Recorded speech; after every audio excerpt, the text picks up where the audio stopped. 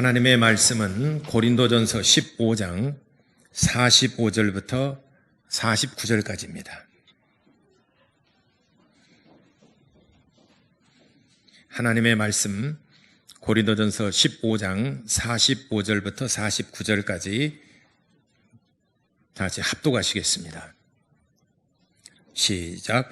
기록된 바 첫사람 아담은 생명이 되었다 함과 같이 마지막 아담은 살려주는 영이 되었나니 그러나 먼저는 신령한 사람이 아니요 육의 사람이요 그 다음에 신령한 사람이니라. 첫사람은 땅에서 났으니 흙에 속한 자이거니와 둘째 사람은 하늘에서 나셨느니라. 무릇 흙에 속한 자들은 저 흙에 속한 자와 같고 무릇 속한 자들은 저 하늘에 속한 이와 같으니 우리가 흙에 속한 자의 형상을 입은 것 같이 또한 하늘에 속한 이의 형상을 입으리라. 아멘. 하나님은 인류를 사랑하신다. 두 번 하겠습니다. 시작. 하나님은 인류를 사랑하신다. 하나님은 인류를 사랑하신다. 하나님께서 세상을 만드실 때에 여섯째 날 우리 사람을 만드셨습니다.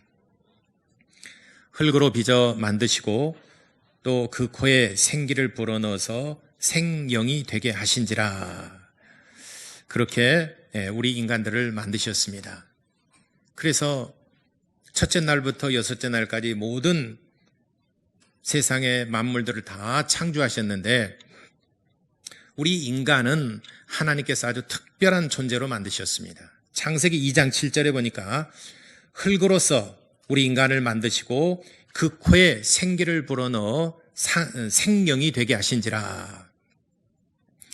우리 인간이 생명이 되게 하신지라. 살아있는 영, 사는 영이 되게 하신지라 라고 우리 인간을 만드셨습니다. 생명이라 하는 말은 영어 성경에 보게 되면은 living soul이라고 있어요. living soul. 영이 살아있다. 혼이 살았다. 이렇게 하나님께서 우리 인간을 만드셨습니다. 그래서 우리 인간은 산 영, 살아있는 영, 그런 영적 존재로 만드셨어요. 그러면 우리 영적 존재로 지음받았다는 것이 어떤 의미를 가지고 있느냐? 영은 하나님을 인식하는 기능이 있어요. 하나님의 존재를 인식하는 기능이 바로 영에 있는 겁니다. 다른 짐승들 가운데 우리 인간보다 또 IQ가 더 높다라고 하는 어떤 보고서도 나오고 있습니다. 그런 우리 인간처럼 어떤 창조적인 능력이 있는 것이 아니라 학습 지능이 우리보다 더 뛰어나고 오랫동안 기억하는 그런 기능이 우리보다 더 뛰어난 존재가 있을지언정 우리 인간과 같이 영을 가진 존재는 아닙니다. 세상에 하나님이 지으신 모든 만물 가운데 우리보다 더 힘있고 더 뛰어나고 사냥도 더 잘하고 먹을 것도 더 날렵하게 채서 그들은 살아가는 동물들, 짐승들이 굉장히 많습니다. 그렇다 하더라도 우리 인간은 영을 가진 영적 존재로 지음받았기 때문에 하나님을 아는 존재, 하나님을 인식하는 존재가 되었다 하는 것입니다. 그래서 창세기 2장 7절에 생명이 되었다. 코에 생기를 불어넣어서 생명이 되게 하신지라 라고 하는 의미는 굉장히 중요한 의미를 가지고 있는 것입니다. 우리가 하나님을 인식하고 또 우리가 신의 존재를 인식하고 그것이 불교가 됐던 아니면은 유교가 됐던 기독교가 됐던 아니면은 샤머니즘이 됐든 간에 신의 존재를 인식한다라고 하는 것은 종교적인 의식, 종교적인 행위로서 그것이 나타납니다. 왜 그런 어떤 그 신에 대한 그 숭배 또 신에 대해서 인식하고 종교적 행위로 나타나느냐? 우리 인간만이 가지고 있는 아주 독특한 특성입니다. 그건 영적 존재이기 때문에 그렇습니다. 우리가 영을 가졌기 때문에 종교적인 예식이 있어요. 샤머니즘적인 것도 있고 또 경전을 가지고 섬기는 그런 종교도 있습니다. 어쨌든 간에 종교를 가지고 있는 존재는 인간밖에 없습니다. 그래서 문화가 발전하고 문명이 발전합니다. 수천 년이 지나고 수만 년이 지나도 문화가 발전하고 문명이 발전하는 존재는 인간밖에 없습니다. 모든 짐승들은 문화가 없고 문명이 없습니다. 왜냐하면 그들은 영이 없기 때문에 그렇습니다. 그래서 영을 가진 영적 존재라는 것은 첫째로 하나님의 존재를 인식하는 기능이 있습니다. 두 번째로는 항구적인 존재입니다. 이 세상에서 잠깐 살다 없어지는 존재가 아니라 이 영은 하나님 앞에 가서 마지막 심판을 받게 됩니다.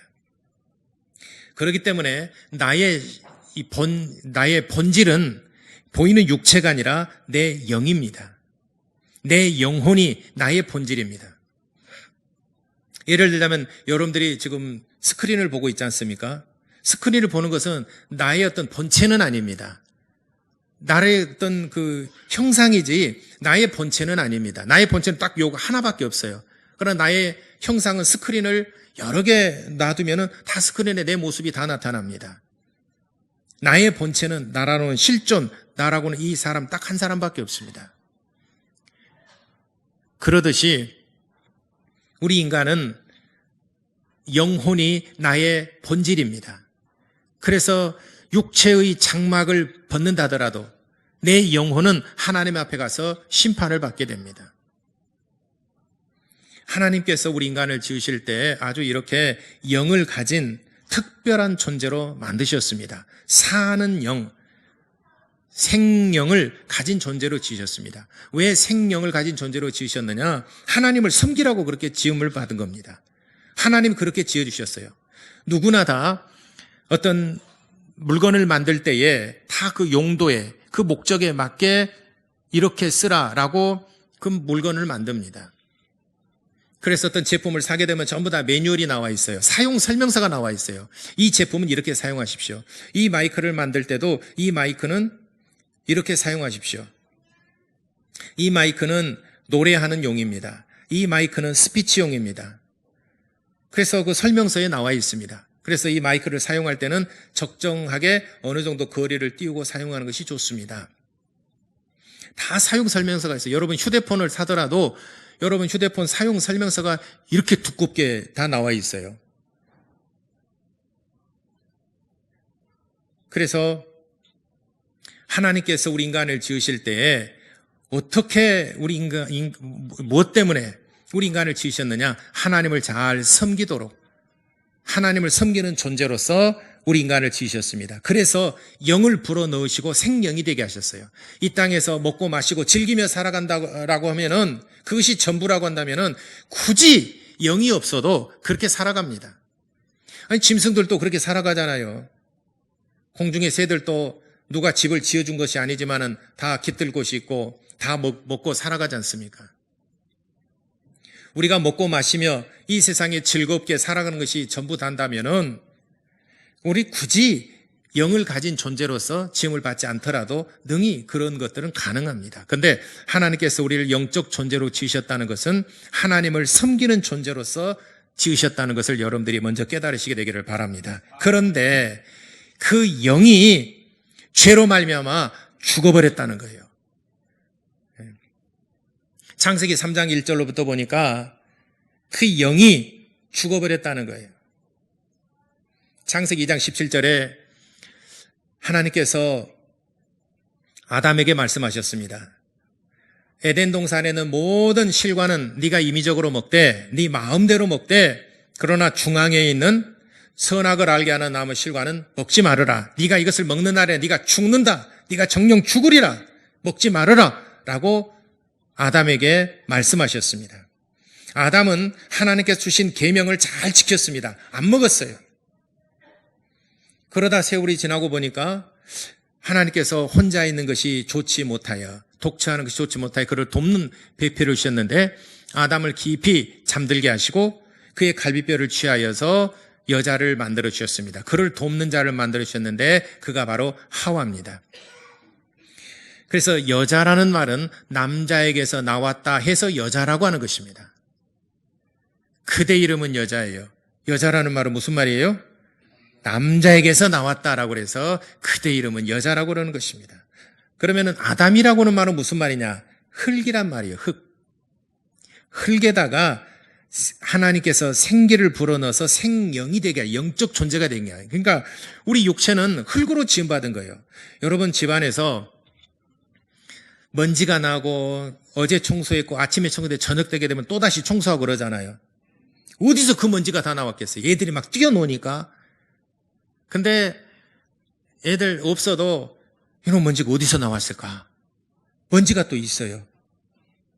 참, 그 먼지가 어디서 왔어요? 흙에서 떨어지는 거예요. 우리 몸에서 떨어지는 것들입니다. 몸에서 떨어지는 것들이 다 먼지예요. 그래서 창세기 3장 19절에 너는 흙에서 취함을 입었으니 흙으로 돌아갈지니라. 결국 우리 육체는 흙에서 가진 흙으로 돌아가는 존재입니다. 그리고 우리 육체는 흙에서 나는 것들을 먹고 살아가는 존재예요. 전부 다 흙에서 나왔지 않습니까? 흙에서 또 나오는 것들을 먹고 살지 않습니까? 채소, 다 흙에서 나온 것들이죠. 과일, 다 흙에서 나온 것들이고 씨에서 자라서 열매가 맺고. 그러면은 여러분 또 고기도 먹지 않습니까? 또 때에 따라서는 공중에 날아다니는 옛날에는 참새고기도 먹고 그랬지 않습니까? 그러면 참새는 뭘로 지었어요? 공중에 날아다니는 새는 뭘로 지었어요? 말씀으로? 아니면은 기어다니는 짐승은 뭘로 지었어요? 사람을 흙으로 지었다는 것은 들어봤는데, 그래, 걸어다니는 짐승까지는 그렇다 치는데 새들 독수리 요거를 흙으로 지었을까? 말씀으로 지었을까? 흙으로 지었냐? 말씀으로 지었나? 뭘로 지었을까요? 창세기 3장에 보게 되면은 흙으로 지었다라고 그랬습니다. 공중에 날아다니는 모든 새들 하나님은 흙으로 지으셨고 기어다니는 모든 짐승들 흙으로 지으셨습니다. 그것들을 먹는 것은 결국은 동질의 것을 먹는 겁니다. 우리가 흙으로 지원받았기 때문에 흙에서 나는 것들을 먹는 거예요. 그런데 내 영은 하나님께서 생기를 불어넣어서 생명이 되게 하셨는데 그것은 하나님께로부터 온 것입니다. 그러니까 하나님께로부터 온 내 영은 흙에서 나는 것들로 살아갈 수가 없는 거예요. 그래서 창세기 2장 17절에 네가 선악을 알게 하는 나무 실과를 먹지 말아라. 네가 이것을 먹는 날이 정령 죽으리라. 네가 정말 죽는다. 아담은 하나님께로부터 말씀을 들었습니다. 그런데 이게 하나님께서 그를 돕는 배필을 주셨습니다. 어느 순간에 이제 그 아내와 더불어서 같이 살아갑니다. 그런데 아내는 선악과에 대해서 아직 안 들었고 모르지 않습니까? 선악과에 대해서 아직 하나님께서 뭐라고 말씀하셨는지 잘 몰라요.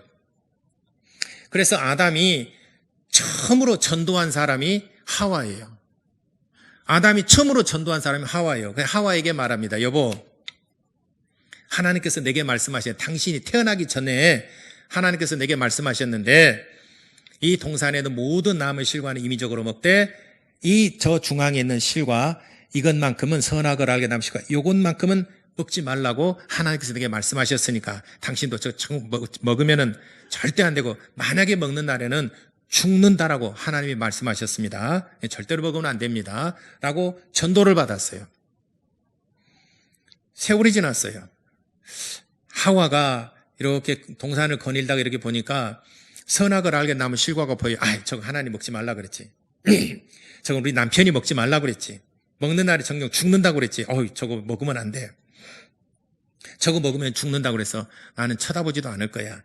나는 안 볼 거야. 나는 안 먹을 거야. 했어요. 그런데 어느 날 뱀이 에덴 동산에 들어왔어요. 그리고 뱀이 하와에게 접근합니다. 여러분 한번 생각해 보세요. 뱀은 곧 마귀라고 그랬어요. 요한계시록 12장에 7절에 보게 되면은 여러분 뱀은 곧 마귀라고 하는데 마귀가 이 넘어뜨리기 쉬운 사람이 누굴까요? 하와를 유혹하기가 더 쉬울까요? 아담을 유혹하기가 더 쉬울까요? 누구를 더 유혹하기가 쉬울까요? 아무래도 한 달이 건너뛴 하와는 아직은 믿음이 연약하잖아요. 여러분 세상에서 마귀가 우는 사자처럼 삼킬자를 두루 찾는데 신앙생활 열심히 한 사람들을 타겟으로 삼을까요? 아니면은 배회한 사람들을 타겟으로 삼을까요? 나네? 아니 여러분 여기 나왔으니까 아니고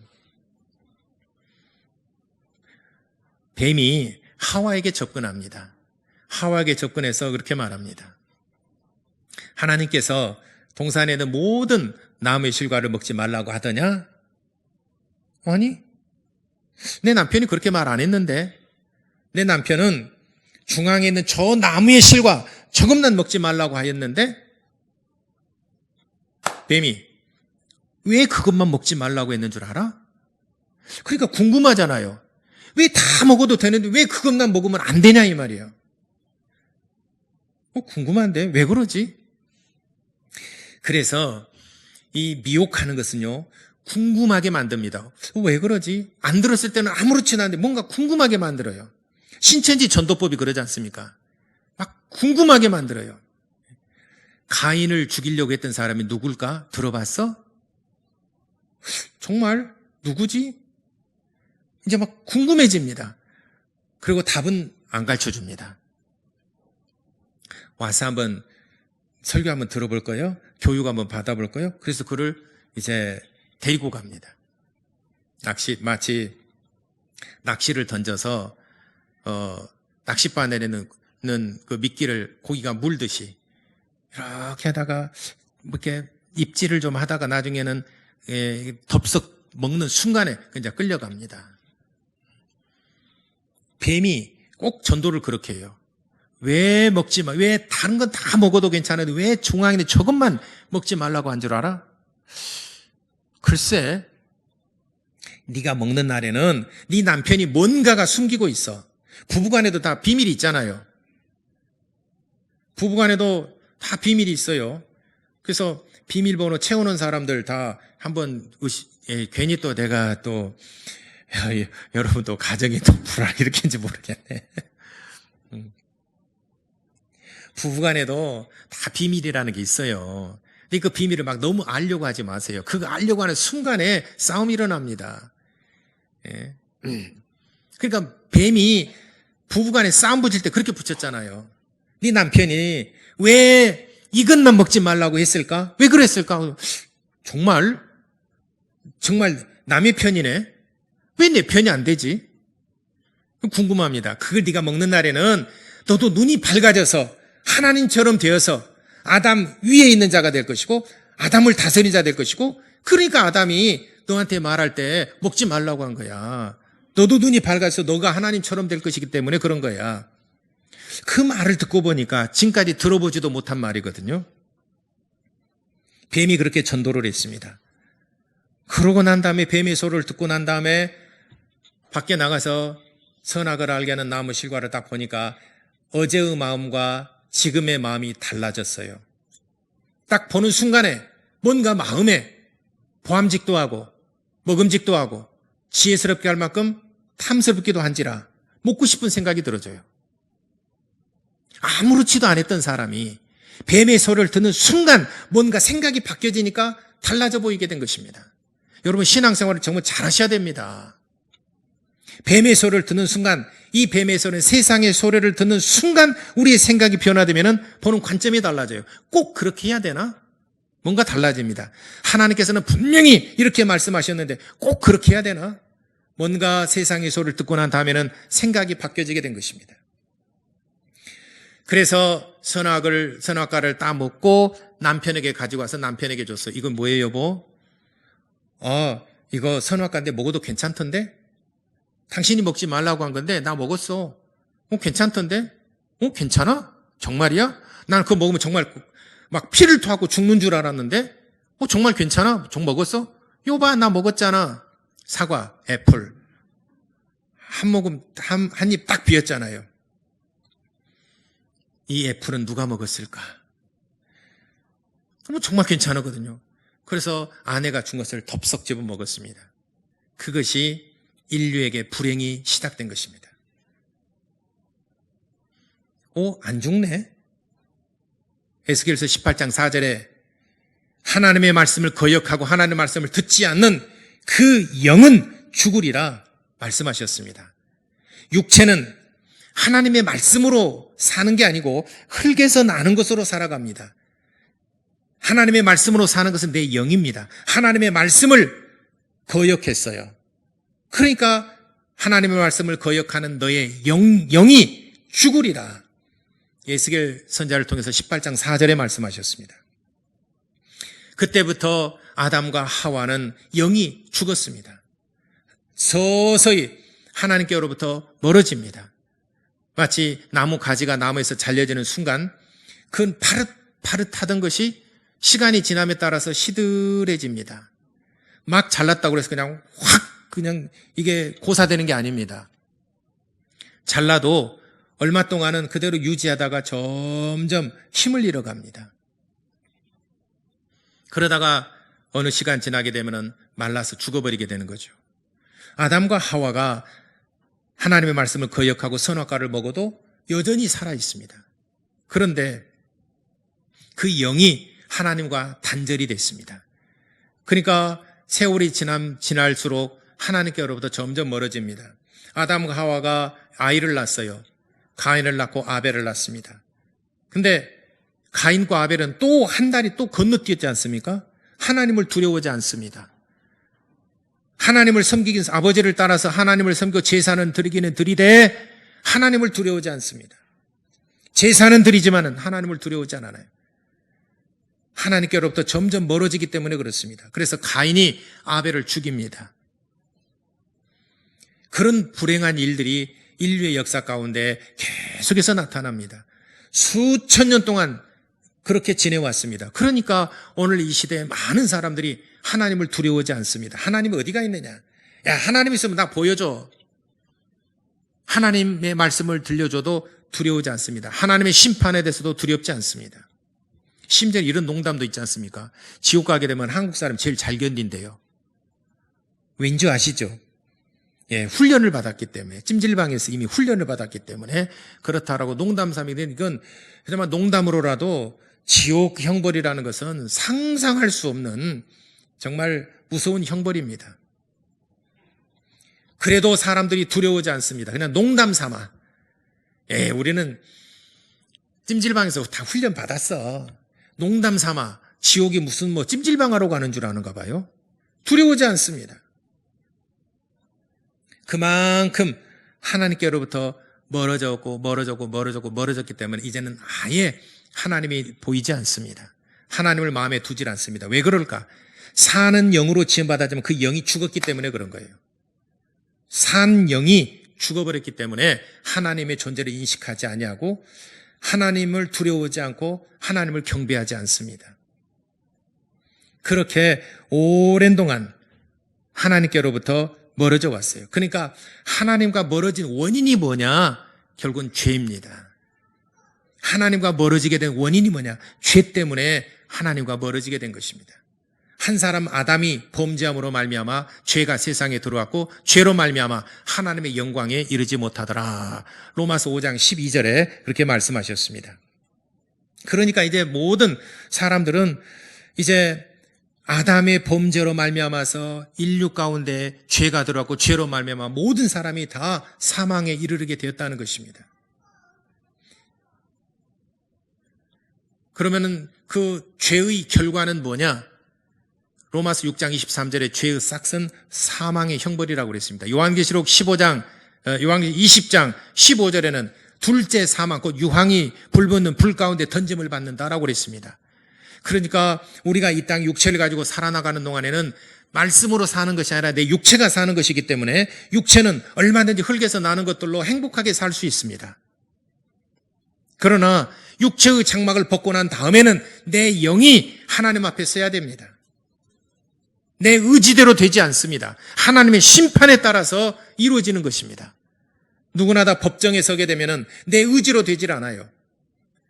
재판관의 의지대로 심판을 받게 되는 것입니다. 아무리 세상에 권력이 있었던 사람이라 하더라도 재판장 앞에 가게 되면 재판장의 의지에 따라서 법에 따라서 심판을 받는 것이지 자기 의지대로 되질 않아요. 그러나 자연인으로 있을 때는 내 의지대로 살아가는 것입니다. 하고 싶으면 하고 하기 싫으면 안 하는 것이고 또 교회 가고 싶으면 가고 가기 싫으면 안 가는 것이고 그건 자기 의지가 있는 거예요. 그러면서도 이 땅에서 행복하게 살 수 있어요. 왜냐하면 하나님의 말씀으로 사는 것이 아니라 내 육체가 세상을 살아나가는 것이기 때문에 얼마든지 하나님 없어도 세상에서 행복하게 살 수 있어요.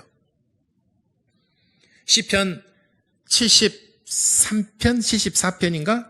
13편, 4편 거기 보게 되면은 내가 세상 사람들을 볼 때에 악인들이 더 잘 되는 거, 그리고 악인들이 더 행복하고 악인들이 더 배부르고 악인들이 더 잘 사는 것을 보고도 하마터면은 내가 실족할 뻔했고 내가 넘어질 뻔봤다. 악인들이 더 잘 되고 오히려 의인들이 고난을 당하고 고통을 당하고 의인들이 더 정말 힘들게 살아가는 것을 보고 악인들이 더 잘 되는 것 때문에 하마터면은 내가 실족할 뻔했다. 그러나 내가 그 궁극적인 마지막 문턱에서 그의 실상을 보았는데 그들은 마치 미끄러운 미끄럼틀 위에 내려놓음과 같이 졸지에 황묵해 되고 황폐케 되는데 그들이 말하기를 이게 어찌 된 일이냐? 이게 도대체 어찌 된 일이냐? 그렇게 하리라. 그러니까 하나님을 믿는 사람들이 다 잘 되는 것은 아니에요. 왜냐하면 이 세상 살아가는 것은 육체가 살아가기 때문에 그래요. 그래서 육체의 낙을 누리면서 먹고 마시고 즐겁게 행복하게 얼마든지 살 수 있어요. 오히려 하나님 믿는 사람들이 오히려 더 정직하게 살아야 되니까 손해보고 돈도 더 벌지 못하고 그러니까 비아냥거리고 조소하고 너는 왜 그렇게 가난하게 사냐? 네가 왜 하나님 믿으면서 너는 왜 그렇게 사느냐라고 손가락질 받으면서 비아냥거리고 조소를 받을 수도 있어요. 그래서 사도 바울도 말하기를 경건하게 살고자 하는 자는 핍박을 받으리라라고 그랬습니다. 내가 경건하게 살려고 하니까 세상 사람들 말하기를 아이고 좀 덜 트인 사람, 좀 요령껏 살아가고 좀 지혜롭게 살아가자. 성경에도 그랬지 않느냐? 뱀처럼 지혜롭고 비둘기처럼 순결하게 살아가라고 그랬지 않나요? 어째 너 미련하게 살아가느냐? 그러니까 너는 그 모양으로 살아가지. 그런 소리를 듣기도 합니다. 그러나 마지막 때 있어서는 믿음의 효력이 그때 나타나게 될 테인데, 미끄러운 곳 위에 그를 놓아서 미끄럼틀 쭉 내려가는데 이젠 브레이크가 없습니다. 어찌 됨이냐? 졸지 황묵해 되고 황폐케 되는데 어찌 된 일이냐? 깜짝 놀랄 것입니다.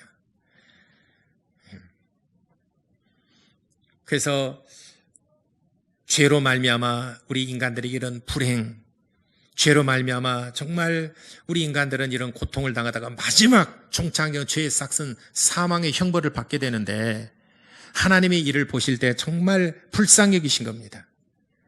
우리가 지금 이 세상이 코로나 바이러스를 얘기하지 않고서는 정말 얘기가 안 될 정도로 뉴스를 보거나 TV를 보거나 또 사람이 앉은 곳에서는 어디든지 이제 코로나 바이러스에 대한 얘기가 일상화되어 있습니다.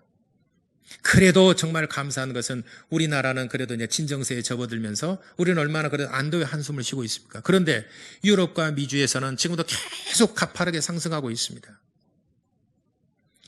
제가 미국에 한 달 전에 전화를 했습니다. 학교 문제로 인해서 한 달 전에 전화를 했어요. 저는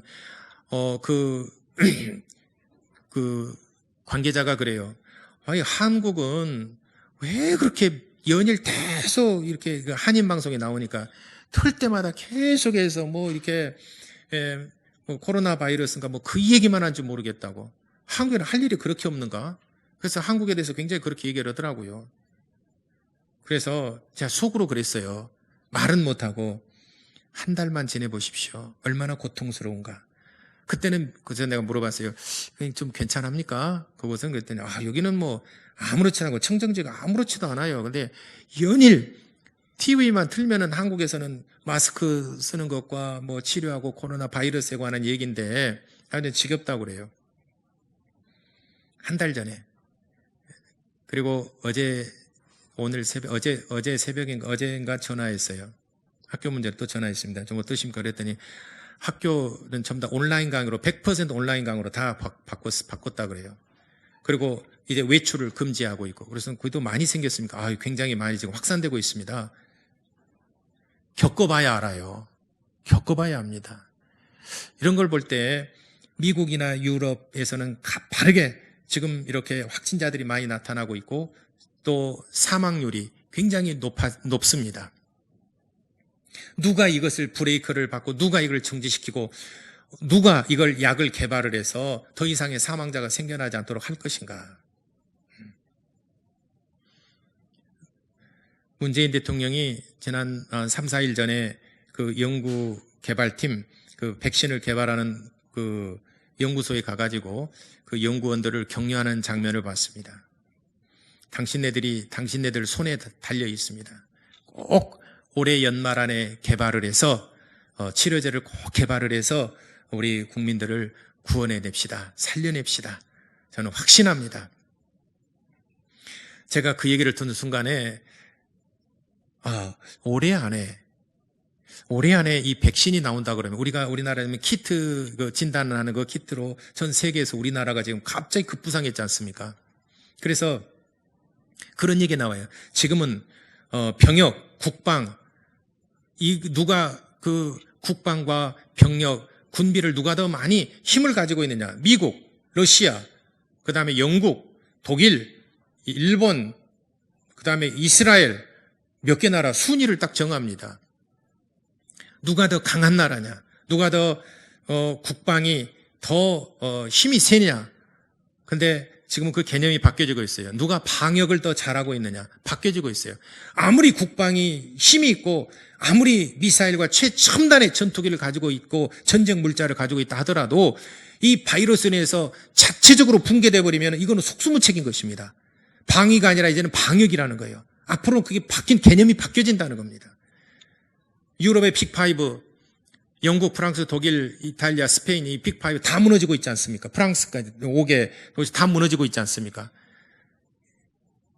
이 군사력으로 말하자면 굉장히 힘 있는 나라들입니다. 근데 바이러스로 인해서 다 무너지고 있지 않습니까? 그래서 앞으로는 방위가 아니라 방역의 문제다. 그래서 예를 들어서 전쟁을 하다가 어느 편이 지든 이기든 간에 한쪽은 살아남을 수 있고 또는 뭐 협상을 할 수도 있어요. 그래서 전쟁을 종식시킬 수도 있습니다. 그러나 이 바이러스라는 것은 이 협상할 수가 없어요. 아이고 코로나씨 이제는 우리가 좀 그만 좀 합시다. 아이고 힘들어 죽겠습니다. 우리 좀 협상 좀 합시다. 이제 그만 좀 오시오. 협상이 안 되는 게 이게 방역의 문제입니다. 앞으로는 이보다 더 이런 일들이 또 나타날 터인데 그때는 방역의 문제, 어느 나라가 방역을 더 잘하고 있느냐. 그렇게 보면은 싱가포르, 우리 한국 대표적으로 정말 잘하고 있는 나라입니다. 한국과 싱가포르이 세계적으로 제일 잘하고 있는 나라 중에 하나입니다. 그래서 앞으로는 군사 방위 문제가 아니라 방역의 문제라 이런 것이 이제 문화가 바뀌어지고 세계의 어떤 흐름이 바뀌어지게 된 어떤 계기가 될 수 있는 것이죠. 그래서 10월 달쯤에 제 생각에 한 10월 달쯤에 백신이 나오지 않겠느냐. 또 우리나라에서 백신이 개발돼서 나와서 이제는 코로나에 감염이 됐어도 일주일만 치료받게 되면 마치 여러분 독감하면 일주일 치료받으면 다 낫잖아요. 예, 일주일만 치료받으면은 다 나을 수 있습니다. 만약 그런 10월 달쯤에 아마 그런 기쁜 소식이 들려오지 않을까. 그렇다면은 한번 생각해 봤어요. 세계적으로 우리나라를 얼마나 주목하겠는가. 기쁘지 않습니까? 저는 우리나라는 할 수 있다고 생각을 해요. 우리나라가 역사적으로 보게 되면은 조그마한 나라임에도 불구하고 없어지지 않냐고 등불처럼 꺼진 것 같지만은 없어지지 않냐고 우리나라가 그래도 지금까지 보존받고 잘하고 있지 않습니까? 근데 지금 여야가 막 충돌해서 싸우고 선거가 있으니까 막 이렇게 하고 있는데 우리 집안 싸움이고 어떤 외환이 딱 겹치게 되면은 딱 뭉쳐가지고 우리나라는 틀림없이 해낼 거예요. 우리나라 민족이 우수하지 않습니까? 가깝게는 저기 조선시대 가보게 되면 임진왜란 때 설민석 선생이 강의하는 것 들어보면 그래요. 임진왜란 때 일본이 우리나라를 계속해서 정탐하고 했는데 야 지금 이 조선은 그냥 가면 밟고 지나가면 된다. 그래서 한반도를 침입을 했죠. 부산의 상륙에서 이제 한반도 침입해서 보름 만에 한양을 탈환을 해버렸습니다. 근데 우리나라를 잘 몰랐어요. 본대로만 우리나라 알았지 우리나라 실상을 우리나라를 몰랐어요. 우리가 세상 살아나갈 때도 본대로 우리가 생각하는 것과 알고 생각하는 것은 다르지 않습니까? 보고 본대로 우리가 행동하는 것과 알고 행동하는 것은 달라요. 갈릴레이가 처음으로 천동설이 아니라 지동설을 주장을 했습니다. 그 전에는 천동설이었습니다. 말하자면 우리 사람이 지구가 가만히 있는데 태양이 우리 지구 주위를 이렇게 돈다라고 생각을 했어요. 그것이 보편적인 누구나 다 그렇게 생각을 했습니다. 왜냐하면 눈에 보이니까 지구가 돌아갑니까? 해가 돌아갑니까? 해가 돌아가죠. 그러니까 본대로 말한 거예요, 지금까지는. 근데 갈릴레이는 그게 아니라는 거예요. 지구가 돈다는 거예요. 보이는 것은 태양이 도는 것 같지만 실상은 지구가 태양 주위를 돈다는 거예요. 갈릴레이는 알고 말하는 사람이고 천동설은 모든 사람은 본대로 말하는 사람이에요.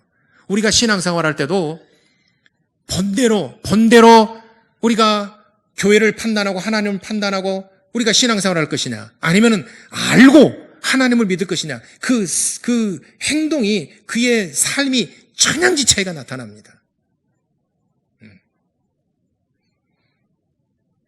일본이 우리 조선을 알기를 본대로 알았어요. 정탐하고 보니까 허술하네. 이건 그냥 밟고 지나가면 됩니다. 히데요시에게 풍신수일에게라서 말했어요. 이건 밟고 지나가면 됩니다. 그래?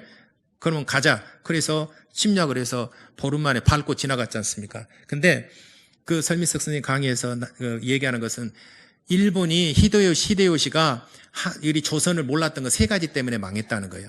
첫 번째는 뭐냐면은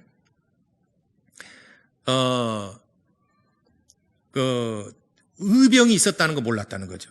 의병들이 일어나 사실은 임진왜란때 의병들이 일어나서 크게 공을 세웠지 않습니까? 곳곳에서 걸림돌이 됐죠. 두 번째, 이순신 장군이 있었다는 거 몰랐다는 거예요. 이순신이 저렇게 싸움을 잘하는가? 세 번째, 선조가 도망을 잘한다는 거죠. 너무 잘 도망다닌다는 거죠. 한양에 딱 가보니까 도망가 버렸어요. 평양에 딱 가니까 또 도망가 버렸어요. 어디 갔어? 그러다 보니까 교착 상태에 빠져버린 거예요. 일본인들이 생각할 때는 이래서 성이 점령을 당했다 그러면은 왕이 할복을 하든지 아니면 자결을 하든 어떻게 해서 거기서 하는 것이 항복을 하든지 뭐 거기서 결말을 맺고 협상을 하고 우리는 2등 국민이 되겠습니다. 그러니 우리 국민들, 백성들 목숨은 살려주시오. 뭔가 뭐 협상을 해야 되는데 없어 도망가 버렸어요. 선조가 도망가고 못 잡은 거예요. 그러니까 교착 상태에 빠져버린 거예요. 그래서 보급로가 없지 않습니까? 이제 군인들 식량이 있어야 되잖아요. 그 식량을 가지고 육로로 오게 되면 몇 달이 걸리니까 해상을 통해서 가려는데 해상에서 이순신 장군에게 막혀버렸어요. 보급로가 끊어져 버렸어요.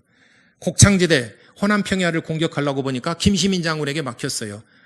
이거는 교착 상태에 빠져버린 거예요. 그러다가 혈압으로 풍신수길이 죽었지 않습니까? 혈압으로 죽은 건 아니지만.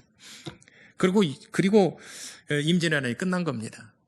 우리나라 국민들 대단히 정말 다른 세계 사람들이 알지 못하는 그런 위대한 능력이 있어요. IMF 때에도 금모으기 운동에 가서 3조 원을 모았어요. 그래가지고 달러를 사들여가지고 그 부채를 갚았습니다. 세계에서 이런 나라가 어디가 있겠습니까? 유사일에 찾아볼 수가 없다는 거예요, 한국 사람들. 2002년 월드컵 때 길거리 응원, 아마 축구 잘하는 나라들 있잖아요. 한국만 만나면은 아마 그때 한국이 아마 40위 막 이랬으니까 50등 했으니까 한국만 만나면은 가볍게 밟고 갈 걸로 생각을 했죠.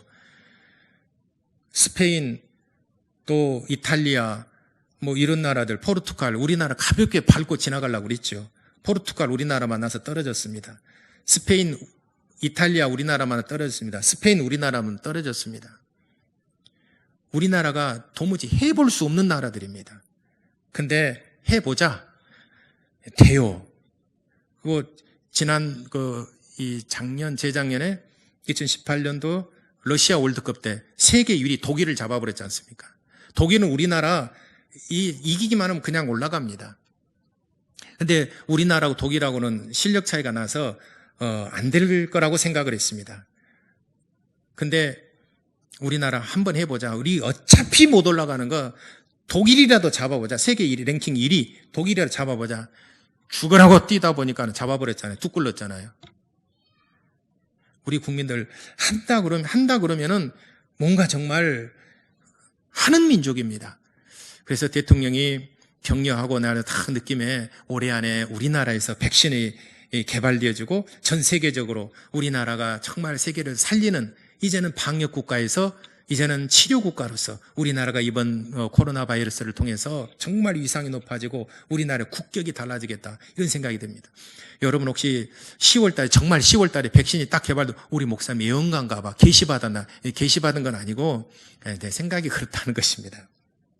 또 그랬으면 좋겠다는 것이고 또 그럴 가능성도 있다는 거예요. 지금 얼마나 불철주야 백신을 개발하기 위해서 세계 각국에서 연구하고 노력하고 있습니까? 우리나라 의술이 세계적으로 정말 뛰어납니다. 그래서 우리 한국은 능히 할 수 있으라고 생각해요.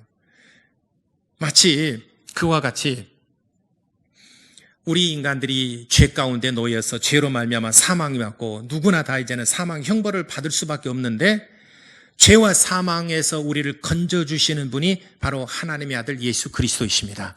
하나님께서 이렇게 보시니까 이 인간들이 정말 너무 불쌍하고 너무 안타깝고 너무 궁일하고 측은한 마음이 들어요.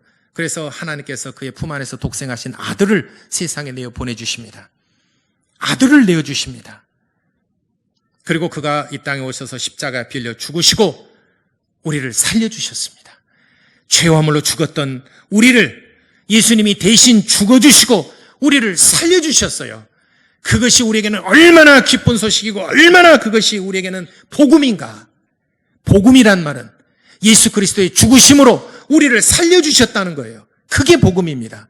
지금 바이러스로 인해서 세상 많은 사람들이 죽음을 맞이하고 있습니다. 죽어가고 있습니다. 외신들 반응 이게 보니까 그 의료인들이 25%가 어느 나라는 의료인들 25%가 감염이 되고 몇 퍼센트 죽고 그런 거 보니까 그 방역 이렇게 하고 있는 보호하고 있는 그 환자에게서 눈만 깜박깜박하면서 죽음을 기다리고 또 숨을 가쁘게 몰아쉬는 걸 볼 때 그 젊은 아이들의 의료인들 너무 마음이 아파요. 물론 외국의 다른 나라 사람이면 그래도 너무 아파요. 그 아이의 부모도 있을 거 아니에요. 얼마나 마음 아픈지 몰라요. 그렇게 죽어가는 우리들에게 희소식, 기쁜 소식, 사는 약이 나왔다. 백신이 개발돼서 사는 약이 나왔다. 얼마나 기쁜 소식이겠습니까? 이보다 더 기쁜 소식이 어디가 있겠습니까? 근데 사람들이 귀를 기울이지 않고 뭐 어차피 죽을 몸인데 뭐 그렇게 한다 그러면 그는 죽을 수밖에 없는 겁니다. 그렇지만 우리가 죄와 허물로 인하여 사망의 형벌을 받을 수밖에 없을 때 하나님의 아들 예수 그리스도께서 이 땅에 오셔서 대신 죽어주시고 우리가 죽어야 될 것을 대신 죽어주시고 우리를 살려주셨어요. 살려주신 하나님의 은혜를 생각할 때 얼마나 감사한지 몰라요. 우리는 평생토록 주의 은혜에 감사해도 다 갚지 못합니다. 얼마나 감사할 일입니까? 죄와 허물로 죽었던 우리를 살려주셨다는 거예요. 죄와 허물로 죽었던 우리를 예수 그리스도께서 우리를 살려주셨다는 거예요. 혹자들은 그렇게 말합니다. 예수님께서 우리의 모든 죄와 허물 다 용서해 주셨다. 모든 죄를 다 용서해 주셨다. 그러니까 과거의 죄도 용서해 주셨고 현재의 죄도 용서해 주셨고 미래의 지을 죄도 하나님이 다 용서해 주셨다. 그러니까 그렇게 보니까 정말 감사하고 근데 왠지 뭔가 좀 이상해요. 그래서 그들이 주장하는 건 뭐냐면은 미래의 지을 죄까지 하나님이 다 이미 용서해 주셨다는 거예요.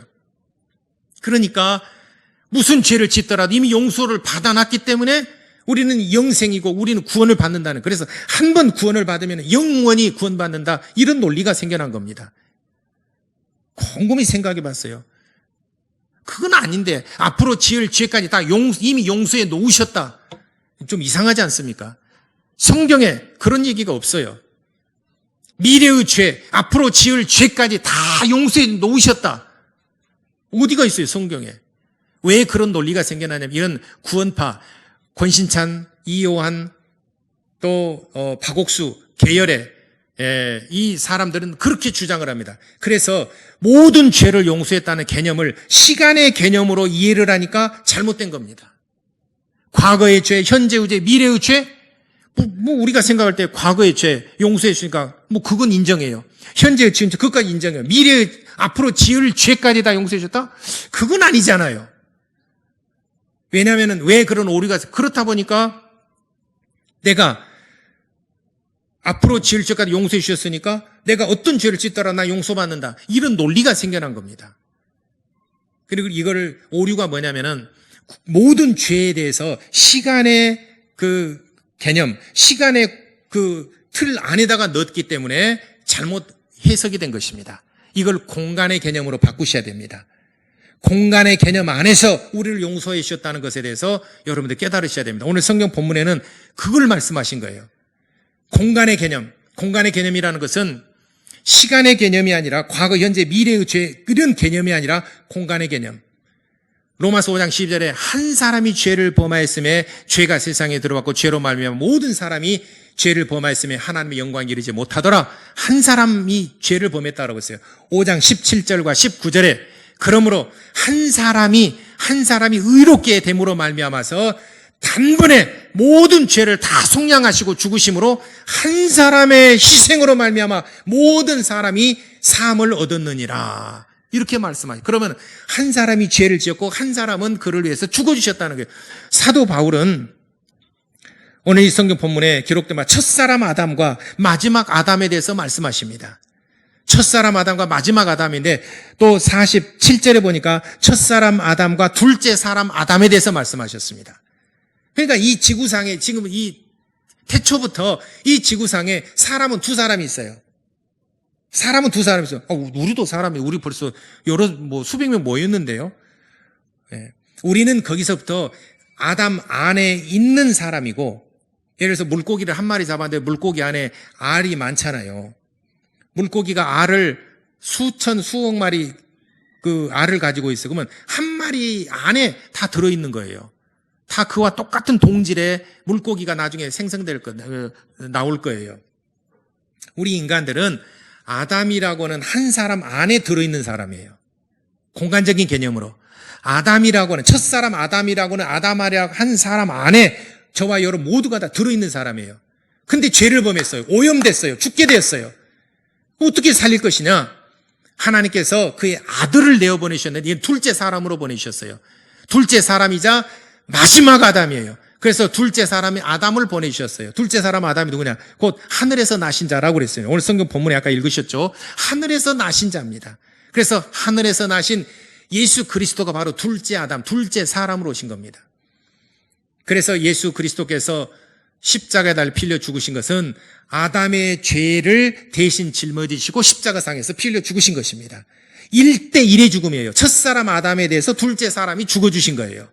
한 사람이 여러 사람을 대신한 게 아니에요. 과거, 현재, 미래가 있는 것이 아니고 첫사람 아담 안에 있는 모든 사람들의 죄를 다 용서해 주신 거예요. 둘째 사람 아담이 그렇게 하신 거예요. 그리고 누구든지 이를 믿으면은 이제는 영생을 얻으리라. 그래서 구원이라고 하는 것은 첫사람 아담 안에는 구원이 없어요. 이미 죄어물로 죽었고 오염됐고 부패됐고 타락했기 때문에 첫사람 아담 안에서 아무리 착하게 살고 선하게 살고 자선을 베풀고 구제를 많이 해도 첫사람 아담 안에서는 영생이 없는 겁니다. 영생은 둘째 사람이신 예수 그리스도 안에서 영생이 있고 구원이 있고 생명이 있고 은혜가 있고 영생이 있는 것입니다. 그래서 예수 안에서 구원받은 거예요. 로마서 8장 1절과 2절에 생명의 성령의 법이 죄와 사망의 법에서 너를 해방하였음이니라. 그래서 해방받은 것은 첫사람 아담 안에는 해방이 없어요. 이미 죄로 말미암아 죽었고 오염됐습니다.